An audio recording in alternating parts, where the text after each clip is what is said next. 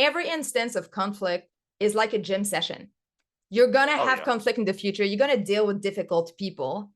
Every time that you have one of these opportunities, it's a way to strengthen those muscles. When your sky is gray and your sun's gone away, how you gonna be a happy leader today? Worry not, step this way, a better way of leading is within reach, you got this. And no drama needed, we'll put a spring in your step and teach you just what to say, and let go all of that stress in a sustainable way. So let's get this crazy show on the way. This is The Happy Leader, the show that gives you the confidence to say what you want to say. And say it in the best possible way.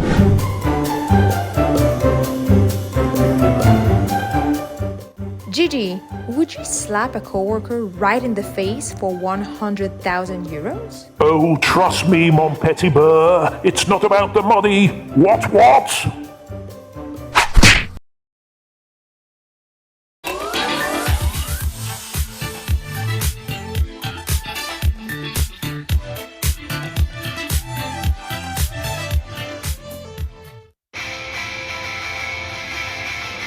Talk about rapping. Boom.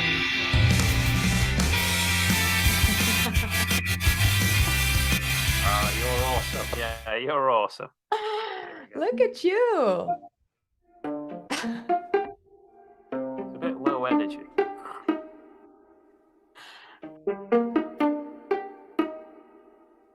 That's oh, Nicholson. Wow, legends. Jamie, gentleman, how you done me like that, mate? How you done me like that? The low, yeah, okay, I get it. LinkedIn comments. The low energy, lackluster, lackwit guy. Oh yeah, okay. That's his thing. That's his thing. I don't understand most of these words. What is about the teeth thing? I don't get that. I think it's like quite a passive aggressive. I'm very sensitive to passive. You're very sensitive with that. Yes. As you might have noticed. Yes. I think he's trying to say I talk quite a lot, which is true. I'm the communication guy. Yeah, you're the communication. I mean, the communication guy. Yeah. Exactly. Come on. Of course he's right. Nicholson, Jim Carrey, like there's some legends in there. And the rapper. The Gen rapper. Yeah, the rapper was a nice touch. Thank you, gentleman GIFER, for that. Yeah. If I'm going to read into that one as a subliminal message, I would read this. He likes rapper. He likes the rapper. He loves the Gen rapper. He loves your raps. Yeah. And perhaps he's got a rapper inside himself. Maybe he wants to be part of a rap. So maybe we're going to hear the gentleman GIFER rapping. I would love that. In fact, it's on my bucket list. Have a rap with the gentleman GIFER. Yeah. I would love to hear that. You probably told me that before. I should listen. Yeah. Well, I'm glad you got the message.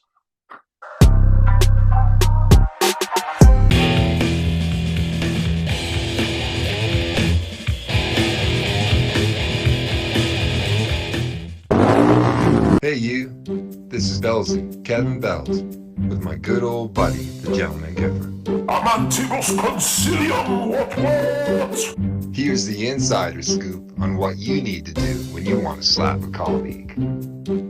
First things first, don't strike at the target, strike through it for maximum impact. GG, no, stop. But what if one's dealing with a low-energy, lackluster, lackwit gadfly by one true brother in GIF? Oh brother, let's take a beat. Listen up, GG. As my grandpa used to say, when you get madder than a rattlesnake with two tails, the fix is silly, stupid, simple. Just take a breath. Breathe, mon petit haricot. Breathe.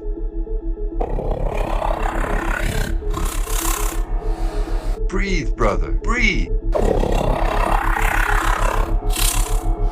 Breathe.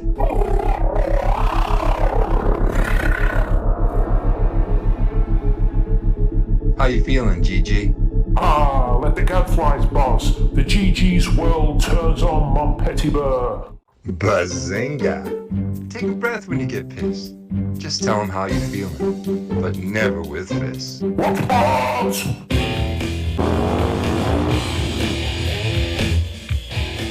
What? With a lot of the people that I'm coaching, a lot of the people I'm working with, they try to pretend that they don't have any emotion. This is one of their issues, the pathos, the expression of emotion and empathy. I'm a corporate employee. I need to be very rational. I shouldn't express these emotions. But ultimately, we need to express these emotions, right? So what we want to do when you're feeling those negative emotions, it's one of the rare occasions in communication where we want to tell but not show. Don't show anger. Don't start shouting. Don't start chucking things around. It's not allowed. So what you want to do instead is express it. So you would use an I statement. Don't generalize your emotions. This is upsetting. This is annoying. Use an I statement. I'm upset. I'm annoyed. And we would say in a calm way, when you did that, when you said this, I felt very angry because, and give you a reason for that, right? So get it out there, right? And do it in a sort of calm, professional way, because what does that show? I have emotions, I have strong negative emotions, but I'm in control of those emotions. Talking about preparing ourselves before the conversation, gain awareness of what assumptions are you going into the conversation with? What assumption do you have about the other person, about what they want, about how they will respond? And what baggage are you bringing in that relationship, right? Like, are you still upset from something that happened a while back and you're bringing that? Again, it's not about being completely open and not putting your guards up depending on the situation. It's just about being aware. What assumption or what thought is actually creating filters on the situation that you may perceive the situation in a way that is just not helpful to you or to the other person or to reaching your goal. So it's just not a productive way. So being aware of that, being honest with yourself, just thinking of what assumptions do I have about this conversation. You've nailed it. You've absolutely nailed it with this. So I think the problem, whenever I have these conversations with people, when I'm coaching someone or I'm dealing with a group of leaders about assertive communication, they say, well, you know what happened to me the other day? I was like, I walked into John's office and he suddenly started going bonkers. And it's like, suddenly, like in a vacuum. Yes. Like, there's nothing, there's just that moment in time, nothing else. You're absolutely right. We got to be aware. That's one thing that we can do. We can track our assumptions all the time. Mm-hmm. Like last month, that person upset me. I'm carrying it. I'm carrying the bag. Yesterday, they turned their nose up at my idea. I'm carrying that bag. What bags are you carrying? Absolutely. Why are you carrying them? Stop carrying them.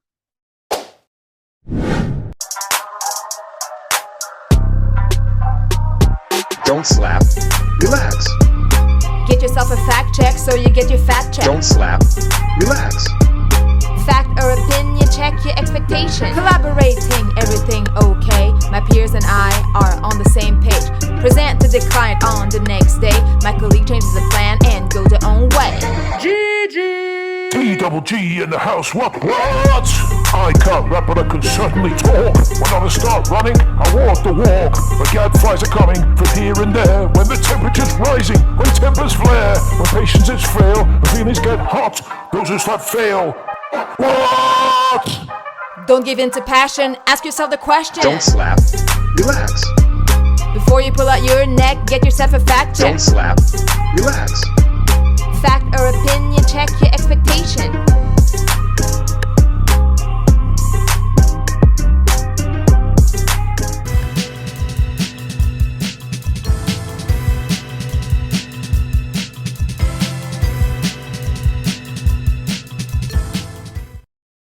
I use a tactic by Lucius Seneca, the Roman Stoic philosopher, right? So he was the tutor to the Emperor Nero, who's like your paradigm psychopath, right? So why did he become Nero's tutor? Because Nero, at the age of 14, murdered his old former tutor, right? Actually stabbed him to death. So they said, all right, we need somebody to tutor the emperor. Let's get Seneca down. And he said, oh, all right, then. I'll do that. All right, if you want. Yeah. No. If I have can to. I say no? Yeah. Any get out clause? No. Okay. All right. So I'll do it. So obviously, as you can imagine, it's a highly stressful environment. So here's what he said. If I go in there with high expectations, then those expectations are going to be dashed. Those expectations are not going to be met. So what he did, his tactic to deal with this and to survive, was to lower his expectations each day. I'm going to go in there. He's going to go crazy, throw things around, threaten to kill me, threaten my family. He's going to go bonkers. He's maybe going to physically assault me. So he would mentally prepare himself like 30 seconds before he walked into the room. So when it started happening, he was like, yeah, exactly. Yeah, just as I expected. Just as I thought. So he lowered his expectations to a point where he could actually deal with it better. But if you went in there saying, today's going to be different, today's going to be wonderful. Yes, absolutely. You're setting yourself up for crash. So if you know that this is going to be a difficult conversation, if you know it's going to be, the other person going to get upset, they might get angry, they're going to feel threatened by what you're saying, then prepare for that mentally beforehand, I think. Yes. And as you prepare for this, then when you observe these instances of behaviors that you're expecting, then you can observe them instead of engaging with them, right? Oh, yeah. So that helps you keep your composure, so that you don't, again, escalate your own emotions. And then nothing good comes from getting upset in a meeting with somebody that has a difficult way of expressing themselves, right? Or that is a difficult person. So observing that, and therefore you can respond more productively. And also you can not take it personally.